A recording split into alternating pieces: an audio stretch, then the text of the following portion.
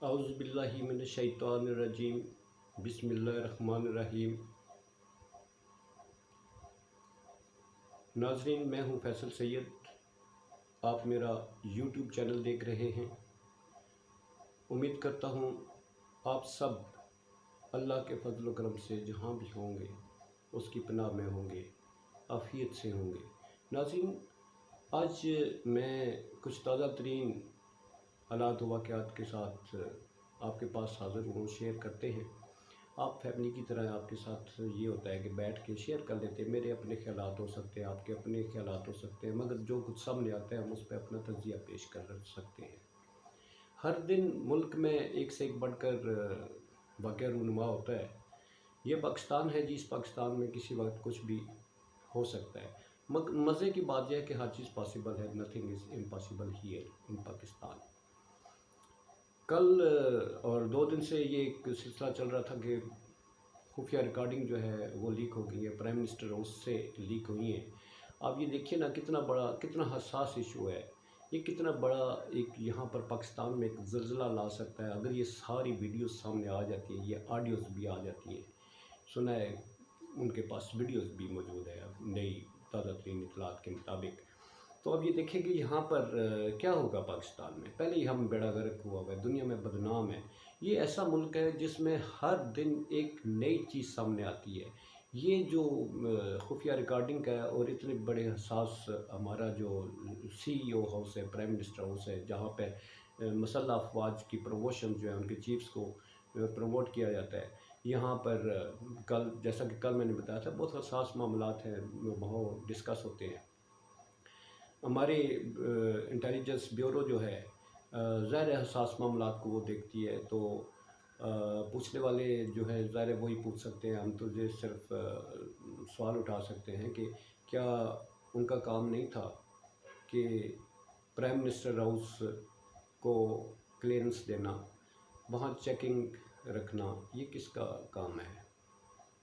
بہرحال یہ پوچھنے والے ان سے پوچھ سکتے ہیں جہاں سے سارا کچھ باہر نکلا۔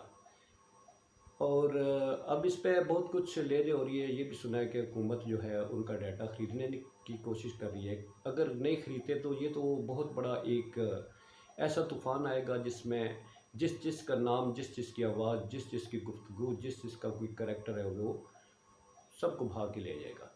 ابھی تو جو چند کلپس آئے ہیں اس کے مطابق جو ریکارڈنگ آئی ہے اس کے مطابق مریم صاحبہ جو ہیں، مریم نواز صاحبہ وہ ہیں، شہباز شریف صاحب کی گفتگو ہے، الیکشن کمیشن کے جو چیف ہیں ان کی گفتگو ہے، اور ان کے ساتھ کیا ڈسکشنز ہو رہی ہیں۔ اسی طرح کے اگر اس سے مزید بڑھ کر کوئی اور اس سے بھی حساس نوعیت کی یہ ریکارڈنگ آتی ہے تو آپ اندازہ کریں کہ کیا ہوگا۔ ملک ہمارا پہلے ہی بہت بہت بدحالی کا شکار ہے۔ یہ مزید ایسے واقعات کا متحمل نہیں ہو سکتا، مگر کیا کیا جائے؟ یہاں پر تو ایسے ہی ہوتا ہے، اور ایک سے ایک بڑھ کر جو دور ہے اس میں کچھ نہ کچھ ایسا ہوتا ہے جو پہلے کبھی نہیں ہوا، اور یہ جو کچھ ہوتا ہے یہ تو دنیا میں کہیں نہیں ہوتا ہے۔ اسے ہمارے پاکستان کی باہر کیا میسیج جا رہا ہے کہ پاکستان ایک محفوظ ملک ہے، یہاں کی گفتگو آپس میں ایک انتہائی حساس نوعیت کے جو لوگ بیٹھتے ہیں، جب بیٹھ کر ملک کے فیصلے کرتے ہیں، جب دنیا کی سفارتی تعلقات کے حوالے سے گفتگو کی جاتی ہے اور وہاں پر اس طرح سے کچھ ہو رہا ہے تو یہ بہت برا میسیج آتا ہے۔ تو اس کے علاوہ حوالے سے جناب آج جو میں تازہ ترین جو بات کرنے جا رہا ہوں وہ جناب اسحاق ڈار صاحب جو ہیں، وہ جیسے کہ گئے تھے پرائم منسٹر کے ساتھ طیارے میں، یہاں سے چلے گئے تھے کیسز ہونے کے باوجود اور بلانے کے باوجود واپس نہیں آئے تھے۔ اب وہ واپس آ رہے ہیں، وہ سینیٹر کا حلف بھی اٹھائیں گے اور وہ وزارت خزانہ کا قلمدان بھی سنبھالیں گے، اور سننے میں یہ آیا ہے کہ وہ وزیر خزانہ بھی ہوں گے، تو شاید وہ اپنے آپ کو ایز پرائم منسٹر کی پاورز کے ساتھ بھی دیکھنا چاہتے ہیں۔ کہنے کے تو شہباز شریف صاحب جو ہے وہ پرائم منسٹر ہیں، مگر ان کی پاورز جو ہیں، ان کے معاملات جو ہیں وہ اسحاق ڈار صاحب دیکھیں گے۔ جیسے کہ نواز شریف صاحب کے دور میں بھی اسحاق ڈار صاحب was the most powerful person in the cabinet, جو وہ کہتے تھے وہی ہوتا تھا، بجائے باوجود اس کے کہ بہت سے لوگ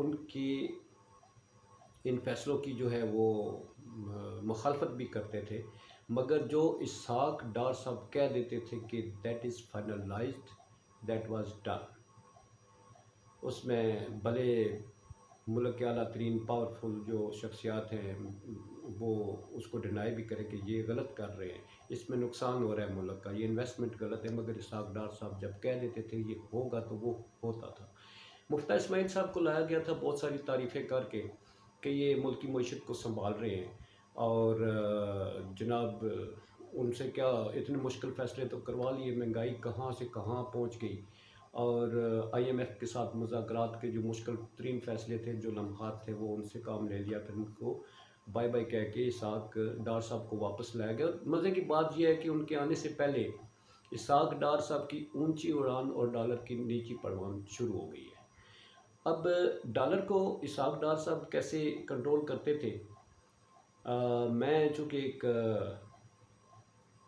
ادنا سا اس کے فائنینشیل ادارے سے منسلک رہا ہوں، تو مجھے پتہ ہے کہ ہماری امپورٹ ایکسپورٹ جو ہے، خاص طور پر ایکسپورٹ کو کتنا نقصان پہنچایا تھا، اور ان کی کتنے فیصلوں نے اس ملک کی معاشی حالت کو کتنے ڈنٹ ڈالے۔ اور اگر میں یہ کہوں کہ آج ہمارے معاشی حالات جس قدر جس نہج پر پہنچے ہیں، اس کا ابتدائیہ اسحاق ڈار صاحب سے ہوا تھا، آج تک بھگت رہے ہیں اور ابھی آ رہے ہیں۔ یہ ڈالر کی اڑان نیچے جائے گی، میں کہتا ہوں یہ نیچے جائے گی، اور اس ڈالر کو کس طرح سے مینٹین کرتے ہیں مصنوعی طریقے سے، اس کے جو بعد میں آ کے حکومت میں بیٹھے گا یا جو بعد میں آ کے معیشت سنبھالیں گے، ان کو پتہ لگ جائے گا۔ جیسے پہلے پچھلی حکومت آئی تھی تو ان کو لگ پتہ گیا تھا کہ جناب اس کو کیسے سنبھالے، جب وہ سنبھالا تو پھر یہ خود آ کے بیٹھے، اور مزے کی بات ہے ان سے خود بھی نہیں سنبھالی گئی اور ابھی تک نہیں سنبھالا جا رہا، اور مزید بیڑا غرق کرنے کے لیے ان کو لے آئے ہیں۔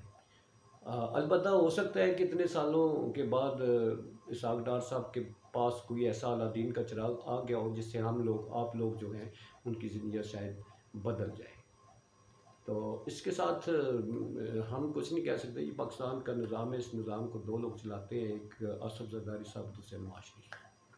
اپنا بہت سارا خیال رکھیے گا، انشاءاللہ پھر حاضر ہوتا ہوں۔ اللہ کی قربان۔ پاکستان زندہ باد۔